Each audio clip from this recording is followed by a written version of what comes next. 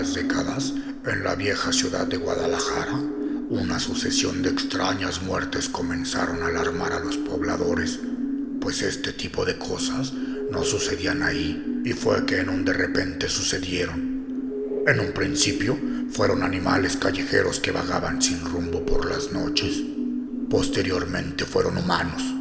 Los vagabundos comenzaron a aparecer fallecidos sin mayor explicación por toda la ciudad, y al pasar el tiempo, las desapariciones y asesinatos aumentaron más y más.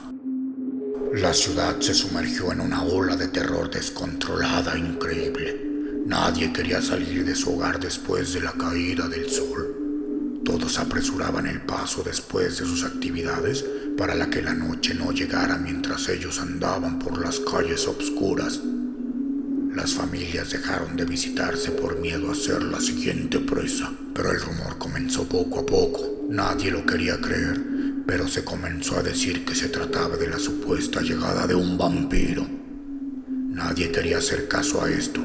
Se negaban a semejantes cosas hasta que las autoridades no pudieron más, pues después de investigar e indagar y demás líneas de investigación no obtuvieron de otra más que considerar este rumor. Así que hubo una reunión entre las autoridades de la ciudad donde se convocó a cualquier experto del tema, estudiosos o cazarrecompensas, cualquiera que por si las dudas los liberara de esta maldición, pues tenían miedo, aunque lo negaran, de ser la presa de este vampiro.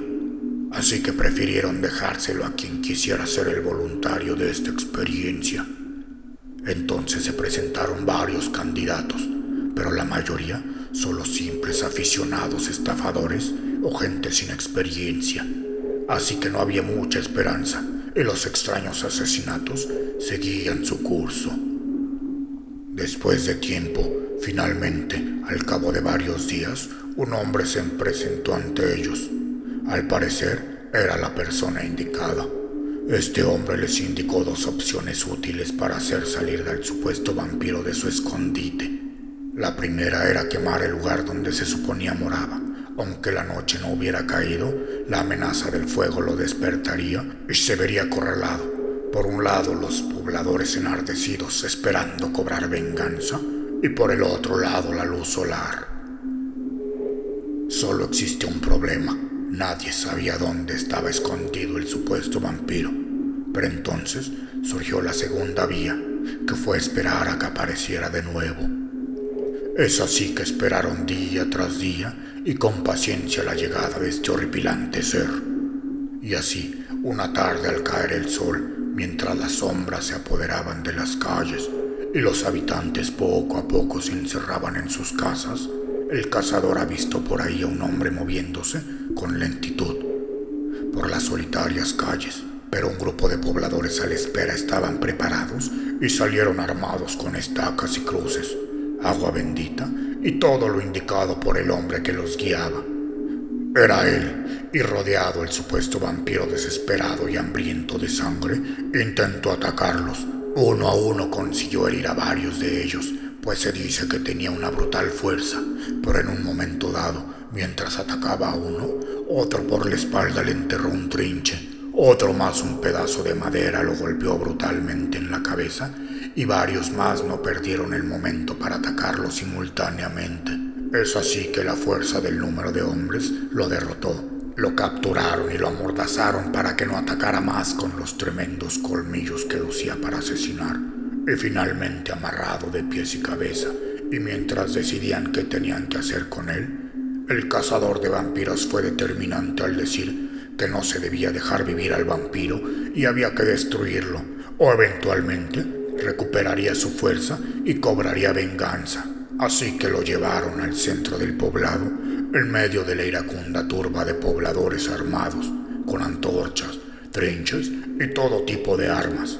El espeluznante ser golpeado, herido y con cada vez menos fuerza, pero con una mirada encendida en llamas, miraba a todos y cada uno de los pobladores, mientras lanzaba al viento horripilantes rugidos que harían estremecer hasta el más fuerte. Pero entonces, en medio de la plaza, con todos mirándolo alrededor, El cazavampiros clava una afilada y gruesa estaca en el corazón del maldito ser para que con un alarido espectral el monstruo pareciera quedar sin rastro de vida. Pero posteriormente a esto, los pobladores, aún enfurecidos, pidieron se decapitara al horrendo ser para asegurarse que no pudiera revivir jamás. Inmediatamente salieron más de uno con un machete y voluntarios para lograr el brutal acto. Y así es que el ser queda sin cabeza. Solo quedaba un cuerpo yecido entre las piedras y el suelo de la plaza. Pero los pobladores, aún no conformes con esto, comenzaron a prenderle fuego para solo ver que sus obscuras prendas se deshacían poco a poco en medio de la noche, mientras aún asustados de tal evento, los asistentes se fueran retirando poco a poco y dejando atrás esta horrible historia. El cazarrecompensas recibió su cuantiosa paga y se marchó como si nada hubiera pasado, pero al final algo le salió mal. Pues en lugar de esparcir las cenizas del vampiro a los cuatro vientos para que las partículas no se reunieran de nuevo, ciertos pobladores ignorantemente enterraron los últimos restos del vampiro en el cementerio, creyendo que el camposanto no permitiría que éste tuviera oportunidad de recobrar vida alguna. Fue allí donde, con el paso de las décadas, la frágil vida del vampiro, al estar en contacto con la tierra, de a poco recobró algo de su fervor a la vida y se aferró a un viejo árbol cuya raíz empezó a asomarse por debajo de la tumba. Es así que esta historia del vampiro de Guadalajara aún no termina. Por lo contrario, ya que muchos y más los abuelos aún piensan que el vampiro regresará a través de las raíces de los árboles y cobrará venganza. Pero si no quieres que este ser maldito te chupe la sangre, ven y suscríbete de inmediato y dale like para que el vampiro de Guadalajara no venga por ti. Saber en los comentarios qué es lo que piensas, qué es lo que opinas, pero sobre todo, recuerda que la actividad paranormal todo el tiempo está sucediendo alrededor nuestro.